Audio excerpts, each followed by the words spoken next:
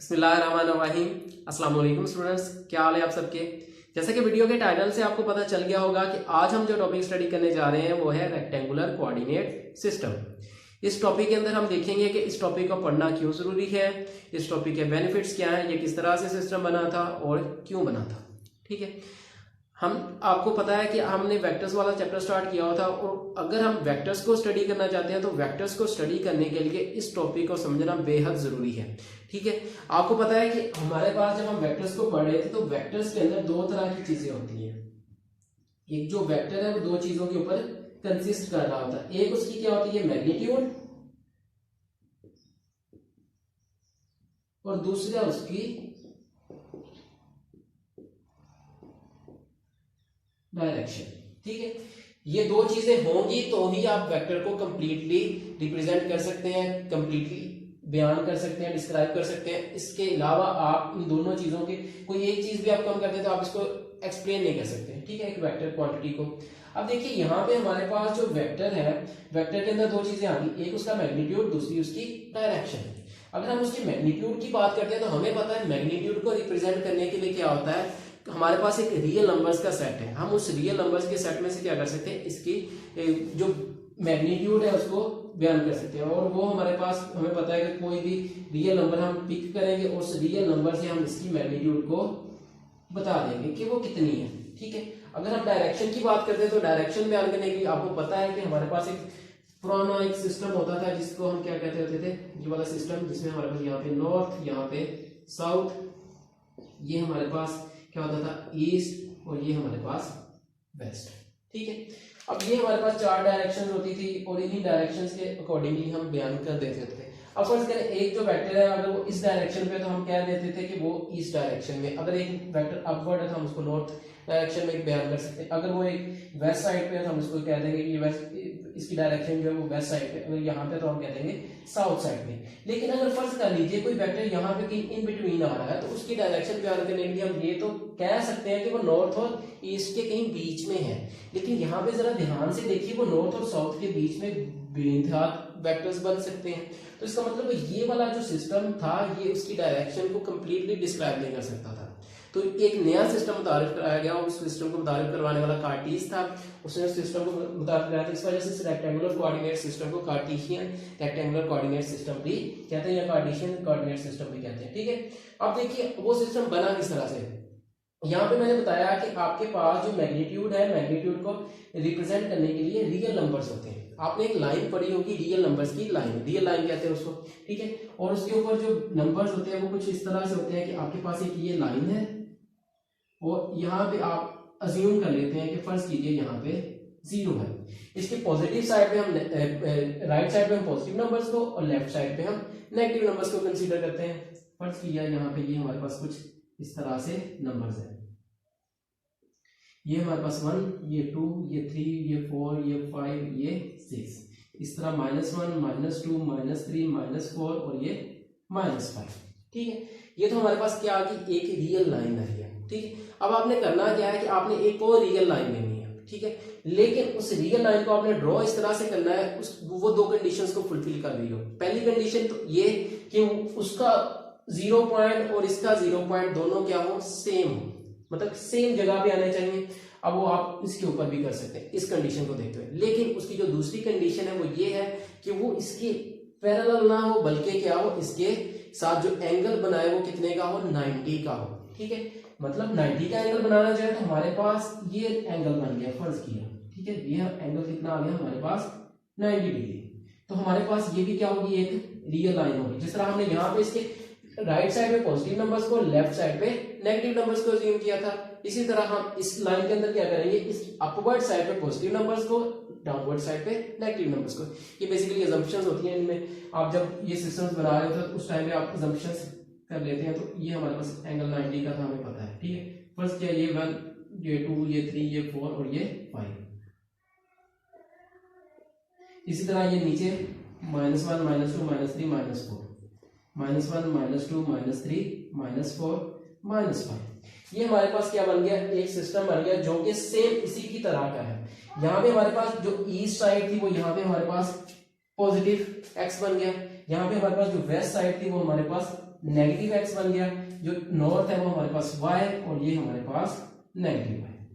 ठीक है, तो ये हमारे पास चार डायरेक्शंस आ गई। जो वेक्टर पहले ई साइड पे था अब हम उसको कहेंगे वो एक्स साइड पे, उसकी डायरेक्शन क्या है, एक्स साइड पे। जो पहले वेस्ट में था हम उसको कहेंगे नेगेटिव एक्स में, जो नॉर्थ में था हम उसको कहेंगे वो वाई साइड पे, जो साउथ में था हम उसको कहेंगे वो नेगेटिव वाई में। अब हमारे पास ये पूरा का पूरा सिस्टम बन गया। लेकिन अब इस सिस्टम में क्या था, ये वाला जो सिस्टम है वो सिर्फ और सिर्फ हमें क्या देता था, डायरेक्शन देता था। ये हमें डायरेक्शन के साथ साथ उसकी मैग्नीट्यूड भी बता सकता है। लेकिन यहाँ पे वही रोल है कि अगर बीच में कोई वेक्टर होता है, यहाँ पे फर्ज किया ये वेक्टर होता, हमने ये वेक्टर को एक्सप्लेन करना था, तो इस वेक्टर की डायरेक्शन क्या होगी, तो वो ये वाला सिस्टम नहीं बताता था। तो यहाँ पे फर्ज कर लीजिए यही वेक्टर अगर यहाँ पे हो, ये पॉइंट है, इस पॉइंट पे हमारे पास ये वेक्टर है, ये पॉइंट फर्ज किया P है। अब देखिए ये वेक्टर को अगर हम बताना चाहते हैं कि ये किस जगह पे है, तो इसकी डायरेक्शन बताने के लिए हम इजीली एक जो चीज यूज कर सकते हैं उसको हम कहेंगे एंगल। ठीक है, एंगल थीटा, एंगल थीटा, कि ये इस पॉजिटिव एक्स एक्सिस के साथ कितना एंगल बना रहा है, इस पॉजिटिव एक्स एक्सिस के साथ और एंटी क्लॉकवाइज डायरेक्शन में। ठीक है, और इस एंगल को हम कहेंगे थीटा।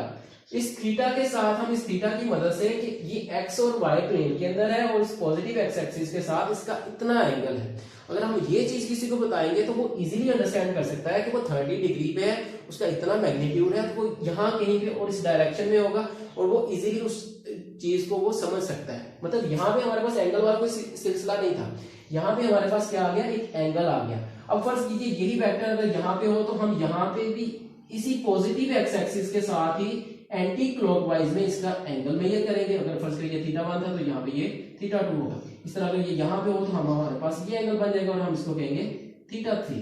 ठीक है, और इसी तरह अगर हमारे पास ये वेक्टर जो है वो इस साइड पे आ जाए और यहाँ पे हमारे पास जो एंगल है वो हम यहीं से कैलकुलेट करेंगे। अब जो हमारे पास नियरेस्ट पॉसिबल एंगल था वो ये हो सकता था, नियरेस्ट पॉसिबल एंगल हमारे पास ये फर्ज किया अगर ये 315 पे है तो हमारे पास ये क्या हो जाएगा, हमारे पास 45 डिग्री। ठीक है, -45 डिग्री, लेकिन वो क्या होगा, क्लॉकवाइज डायरेक्शन में। हमने एंगल हमेशा एंटी क्लॉकवाइज डायरेक्शन में लेना है। ठीक है, मतलब यहां से स्टार्ट करते हुए इस साइड, यहां से हमारे पास जो एंगल आ जाएगा हम उसको कहेंगे वो एंगल जो है वो इस वेक्टर का एंगल है। ठीक है, और इसको हमने अज्यूम किया। आप एंगल आप किसी भी साइड पे ले सकते थे, आप क्लॉकवाइज साइड पे भी ले सकते थे, कहीं वाई से भी ले सकते थे, -x से भी लेना चाहते तो ले सकते थे, -y से भी लेना चाहे तो ले सकते थे, इसमें कोई हर्ज नहीं है। लेकिन क्या है कि हमने अज्यूम किया हुआ है कि हमने एंगल जो है वो एक्स एक्सिस से लेना है और किस डायरेक्शन में लेना है, एंटी क्लॉकवाइज डायरेक्शन में लेना है, तो इस वजह से हम इसको हमेशा इसी तरफ से ही लेंगे और इसी लिहाज से कंसीडर करेंगे। ठीक है, तो आई होप सो आपको ये जो चीजें क्लियर हो गई होगी। ठीक है, अब यहाँ पे हमारे पास जो वेक्टर है, इस वेक्टर को बयान करने के लिए हमारे पास यहाँ पे अगर होता तो हम कहते थे उसका मैग्नीट्यूड जो है वो एक्स साइड पे 5 है, अगर ये अपवर्ड होता तो एक्स साइड पे 4 होता है। लेकिन इस जगह पे हमारे पास अगर आपने किसी भी वेक्टर को एक्सप्लेन करना है तो उसके लिए आपको 2 पॉइंट्स का सहारा लेना पड़ेगा। ठीक है, 2 पॉइंट्स का सहारा लेके ही आप उस वेक्टर को क्या कर सकते हैं, एक्सप्लेन कर सकते हैं। और ये वाला जो हमारा वेक्टर है, अगर हम ध्यान से देखिए हमारे पास ये जो पूरा चीज बनी है हम इसको कहते हैं प्लेन। ठीक है, इस पूरी चीज को हम क्या कह सकते हैं, प्लेन कह सकते हैं। ठीक है, और इस प्लेन की मदद से हम क्या कर सकते हैं, वेक्टर्स को डिनोट कर सकते हैं, डिस्क्राइब कर सकते हैं। अब देखिए जरा ध्यान से देखिए, अगर यही हमारे पास जो वेक्टर है वो कुछ यहाँ पे होता तो इस जगह से भी हमारे पास ये क्या होता, किसी 2 पॉइंट्स पे होता। ठीक है, ये हमारे पास P पॉइंट है, ये हम इसको कह सकते हैं ये कोई और दूसरा Q पॉइंट है, ये R पॉइंट है, ये S और ये T, कोई भी पॉइंट आप ले सकते हैं, इनका कोई भी आप नाम रख सकते हैं। ठीक है, लेकिन इनको आपने जो असाइन करनी होती वैल्यू, ये हमारे पास जो वैल्यू है ये एक्स एक्सिस की होती है और ये वाली वैल्यू जो है हमारे पास वाई एक्सिस की होती है। अब जरा ध्यान से देखिए तो हमारे पास ये एक्स की वैल्यू अगर फर्स्ट कीजिए 5 है तो यहाँ से हमारे पास वाई की वैल्यू जो है वो 3 होगी, तो इसका मतलब ये P हमारे पास 5 और 3 एक वेक्टर है और हमारे पास इसका एंगल कितना बन रहा है वो अगर हम एंगल बताएंगे और ये पॉइंट बताएंगे और समझने वाला इजीली अंडरस्टैंड कर सकता है कि वो वेक्टर कहाँ पे है। जिस तरह से फर्ज कीजिए हमारे पास ये व्हाइट बोर्ड ही होता है, इस व्हाइट बोर्ड के ऊपर अगर हमने कोई वेक्टर बताना होता तो ये हमारे पास फर्ज कर लीजिए कि ये पॉजिटिव एक्स एक्सिस है, ये हमारे पास पॉजिटिव वाई एक्सिस है। अगर कोई नंबर एक्स एक्सिस पे होता तो वो तो जाहिर सी बात इसकी लाइन पे होना था, अगर कोई वाई एक्सिस पे होता तो वो इस लाइन पे होना था, लेकिन अगर कोई बीच में आ जाता है तो हम उसको बता सकते हैं कि ये फला पॉइंट पे एग्जिस्ट करता है। अब इस पूरी डिस्कशन से हमारे पास ये बात क्लियर होगी कि अगर हमारे पास कोई एक वेक्टर है और वो प्लेन में है, ठीक है, तो उसको हम एक एंगल और एक पॉइंट की मदद से क्या कर सकते हैं, डिस्क्राइब कर सकते हैं। हमारे पास एक एंगल क्या होना चाहिए, थीटा होना चाहिए, और एक हमारे पास पॉइंट होना चाहिए, और उसके अंदर दो वैल्यूज होंगी, ठीक है। तो हम उसको इजीली एक्सप्लेन कर सकते हैं। जिस तरह मैंने मिसाल ली कि अगर हमारे पास ये पॉजिटिव एक्स एक्सिस है, ये हमारे पास पॉजिटिव वाई एक्सिस है, तो इसके बीच में जो भी वेक्टर है, तो अगर हम फर्स्ट उसको ये पॉइंट ले लेते हैं, तो ये हमारे पास क्या था, ओरिजिन पॉइंट था, जहां पे ये दोनों एक्सिस क्या कर रहे थे, एक दूसरे को क्रॉस कर रहे थे। तो यहाँ से हम इसकी मदद से क्या कर सकते हैं, इस पॉइंट को एक एंगल दे देंगे एक्स एक्सिस के लिहाज से, और हमारे पास क्या हो जाएगा, एक वेक्टर हम उसको इजीली क्या कर सकते हैं, डिस्क्राइब कर सकते हैं, ठीक है। लेकिन फर्ज कर लीजिए हमारे पास जो वेक्टर है, वो वेक्टर अब किसी प्लेन के अंदर नहीं है, बल्कि वो वेक्टर जो है वो हमारे पास फर्ज कर लीजिए यहाँ पे है, ठीक है। मतलब हमारे पास एक्स एक्सिस भी है, हमारे पास वाई एक्सिस भी है, लेकिन वो इस प्लेन के अंदर नहीं है वो वेक्टर, वो बल्कि यहाँ कहीं पे है, ठीक है। अगर हम उसको एक्सप्लेन करना चाहते हैं तो फिर हम उसको किस तरह से एक्सप्लेन करेंगे, तो उसके लिए फिर हम एक नया एक्सिस कंसीडर करते हैं, जो कि हमारे पास फर्ज कर लीजिए अगर ये एक्स एक्सिस होता, ये हमारे पास वाई एक्सिस होता, और दोनों के हमें पता है एंगल कितना है, 90 डिग्री का है। हम एक तीसरा एक्सिस भी लेंगे जो कि इन दोनों के ऊपर क्या होगा, परपेंडिकुलर होगा, और वो कुछ इस तरह से डायरेक्शन बनेगी, मतलब कि इस बोर्ड से आउट ऑफ द बोर्ड, ऐसे ही आउट ऑफ द बोर्ड बनेगी। और वो हमारे पास इसके साथ अगर हम देखते हैं एक्स एक्सिस के साथ भी एंगल 90 बना रहा है, और वाई एक्सिस के साथ भी एंगल 90 का बना रहा है, क्योंकि हम इस वाई जो हमारे पास ये जो एक्सिस है, हम इसको इस बोर्ड के ऊपर ड्रॉ नहीं कर सकते, तो इस वजह से हमारे पास मतलब ये हमारे पास बोर्ड 2D है, हम इसके ऊपर कोई 3D शेप जो है वो ड्रॉ नहीं कर सकते। तो इसको हम कुछ इस तरह से ड्रॉ कर लेते हैं, ठीक है। अब हम इसको एक्स एक्सिस क्या देते हैं, इसको वाई एक्सिस, और इसको जेड एक्सिस। अब हमारे पास तीन क्या बन गए, वेक्टर्स बन गए। अब जरा ध्यान से देखिए इस कोने को, ये नीचे जो हमारे पास रूम्स जो होते हैं, इनका कोना अगर हम देखें तो हमें पता है इस कोने से कुछ जो है चीजें हैं वो तीन तरह की निकल रही होती है हमारे पास। मतलब एक्स एक्सिस होता है, साथ में वाई एक्सिस, और जो तीसरी दीवार है जो साइड से निकल रही होती है, हम उसको अगर जेड एक्सिस कंसीडर कर लें। जिस तरह से फर्स्ट कीजिए हमारे पास अगर कोई वेक्टर यहाँ पे होता, तो हम उसको क्या करते हैं, यहाँ पे अगर हमारे पास कोई वेक्टर है, ठीक है, तो हम उसको एक्स एक्सिस से उसका फासला लेते हैं, वाई एक्सिस से लेते हैं, और जेड एक्सिस से लेते हैं, और उसको हम एक्सप्लेन कर सकते हैं। अब यहाँ से देखिए हमारे पास जो सिंपल हमारे पास 2D सिस्टम था, जिसको हम क्या कह सकते थे, 2D, जिसमें सिर्फ और सिर्फ एक्स एक्सिस और वाई एक्सिस थे। वहां पे हमारे पास एक एंगल थीटा था, और एक हमारे पास पॉइंट पी था, जिसको हम पॉइंट पी और उसके जो हमारे पास बन गए ए और बी, ठीक है। एक्स एक्सिस की वैल्यू, वाई एक्सिस की वैल्यू। यहाँ पे अगर हमने किसी वेक्टर को बयान करना है, फर्स्ट लीजिए हमारे पास ये वेक्टर है, ठीक है। इस वेक्टर को अगर हमने एक्सप्लेन करना है, ये वेक्टर हमारे पास बन गया, फर्स्ट किया हम इसको पॉइंट पी ही कह देते हैं, ठीक है। लेकिन यहाँ पे हमारे पास जो वैल्यूज हैं, अगर फर्स्ट किया यहाँ पे है वो चीज, तो एक्स एक्सिस की वैल्यू भी होगी, वाई एक्सिस की वैल्यू भी होगी, और जेड एक्सिस की वैल्यू भी होगी, कि वो इतना मतलब कि अपवर्ड गया है, इतना यहाँ से राइटवर्ड गया है, और यहाँ से इतना आउटवर्ड भी आया है, ठीक है। तो ये चीजें बयान करने के लिए हमें तीन वैल्यूज चाहिए। पी के अंदर हमारे पास ए, बी और सी, तीन वैल्यूज बन जाएंगी, ठीक है। हम उसके पॉइंट तो बता सकते हैं कि वो वेक्टर यहाँ पे पड़ा हुआ है, ठीक है। और वहां पे हमारे पास जो एंगल था वो सिर्फ एक एंगल होता था, थीटा, और उसको हम एक्स एक्सिस से मेजर करते थे, और सिर्फ एक्स एक्सिस से भी कौन सी, एंटी क्लॉकवाइज डायरेक्शन में, ठीक है।